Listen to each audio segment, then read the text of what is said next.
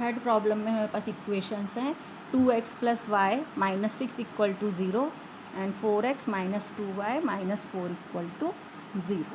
अब इसको हम जनरल फॉर्म से कंपेयर करें a1x + b1y + c1 = 0। तो a1 की वैल्यू हमको 2 मिल जाएगी, b1 की वैल्यू 1 और c1 की वैल्यू -6। अब सेकेंड इक्वेशन को हम कंपेयर करेंगे a2x + b2y + c2 = 0 से। तो हमको a2 की वैल्यू क्या मिल रही है 4, b2 की वैल्यू मिल रही है -2 एंड c2 की वैल्यू मिल रही है -4। अब हम इसके बाद रेशोज़ फाइंड करें a1/a2 2/4 2/4 = 1/2।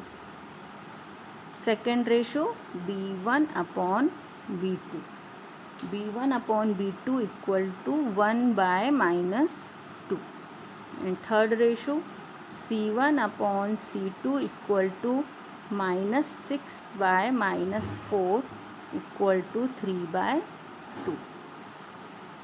तो अब हम यहाँ पर जब कंपैरिजन करें तो हमको क्या मिल रहा है a1/a2 is not equal to b1/b2 and not equal to c1/c2।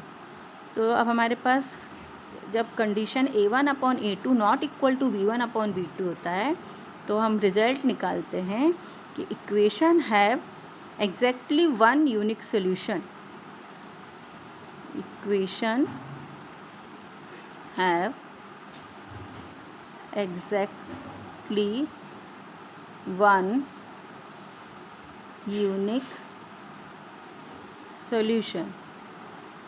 अब एग्जैक्टली वन यूनिक सॉल्यूशन होगा और सॉल्यूशन है तो फिर क्या रिजल्ट निकलता है देयरफॉर इक्वेशंस आर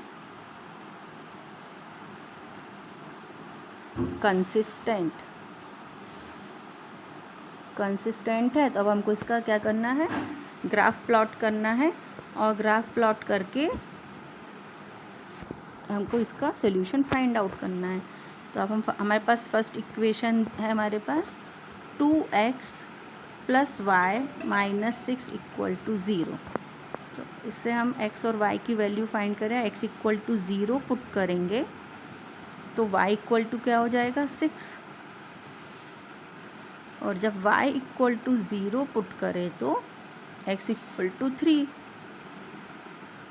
ठीक है, और सेकेंड इक्वेशन 4x - 2y - 4 = 0। अब इस इक्वेशन में भी हम 2 पॉइंट्स फाइंड आउट कर ले। x = जब हम यहाँ पर 0 पुट कर देंगे तो क्या होगा -2y - 4 = 0 और -2y = 4 और y = 4/-2 दैट इज़ -2। और जब y = 0 पुट करेंगे तो x = 1 मिलेगा, ये 0 हो जाएगा। 4x = 4 therefore x = 1। अब हमारे पास x की मैक्सिमम वैल्यू 3 और y की मैक्सिमम वैल्यू 6 है फर्स्ट इक्वेशन में, और सेकेंड में x की मैक्सिमम वैल्यू 1 और y की वैल्यू -2 तक है।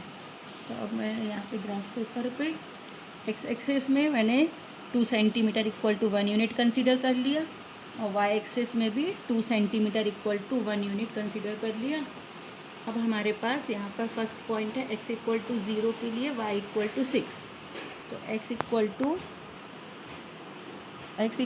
0 के लिए y = 6 हमको ये पॉइंट मिलेगा।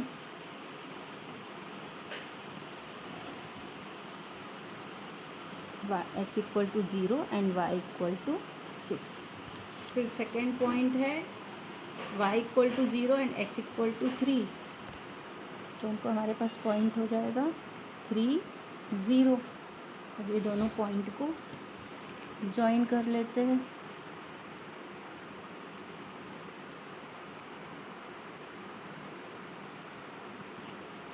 ये हमारे पास फर्स्ट इक्वेशन के लिए लाइन ड्रॉ हो गई। फर्स्ट इक्वेशन है हमारा 2x plus y minus 6 equal to 0।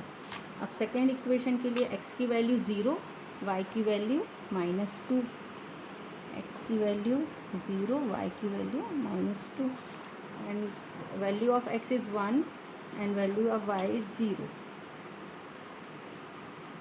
1 0।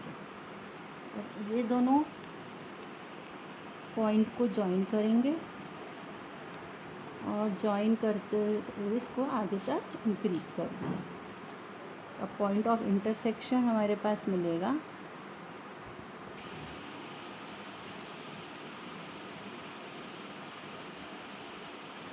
अब लाइन ड्रॉ कर लेंगे पैरेलल वाई एक्सिस, जो यहाँ पर ये 2 पे इंटरसेक्ट हो रहा है, एंड लाइन ड्रॉ करेंगे पैरेलल टू एक्स एक्सिस, तो ये भी हमारा 2 पे इंटरसेक्ट हो रहा है। हमारा पॉइंट ऑफ इंटरसेक्शन मिल गया दोनों भी लाइन का 2 2। Therefore solution of the equation is 2 2। Therefore हमारा लास्ट आंसर आ जाएगा x equal to 2 and y equal to.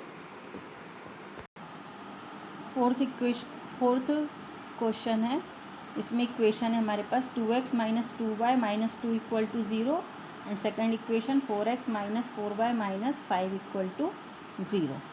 तो अब इसको जनरल फॉर्म से कंपेयर करें, a1x plus b1y plus c1 equal to 0 के साथ जब कंपेयर करें तो a1 equal to 2, b1 equal to -2 and c1 equal to -2।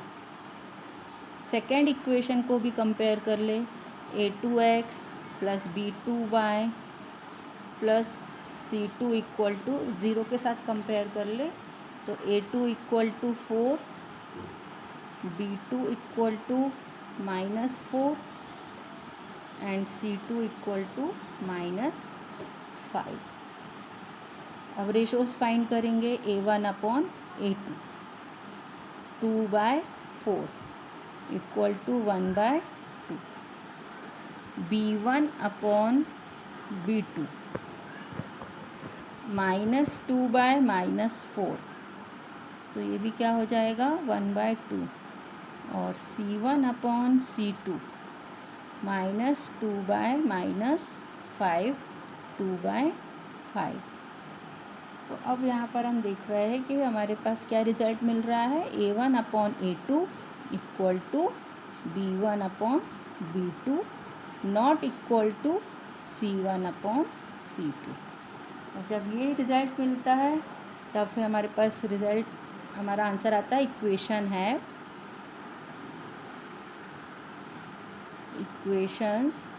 Have no solution, equations have no solution, and in graphically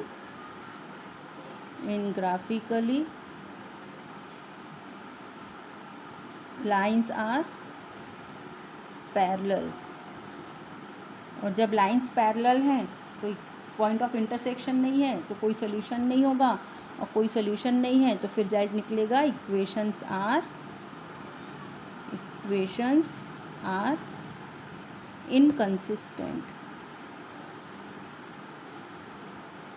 और inconsistent है तब हमको ग्राफ प्लॉट करने की ज़रूरत नहीं है, क्योंकि हमारे क्वेश्चन में कहा है कि if equations are consistent then find solution graphically. तो यहाँ इनकंसिस्टेंट है इसलिए ग्राफ प्लॉट करने की नीड नहीं है।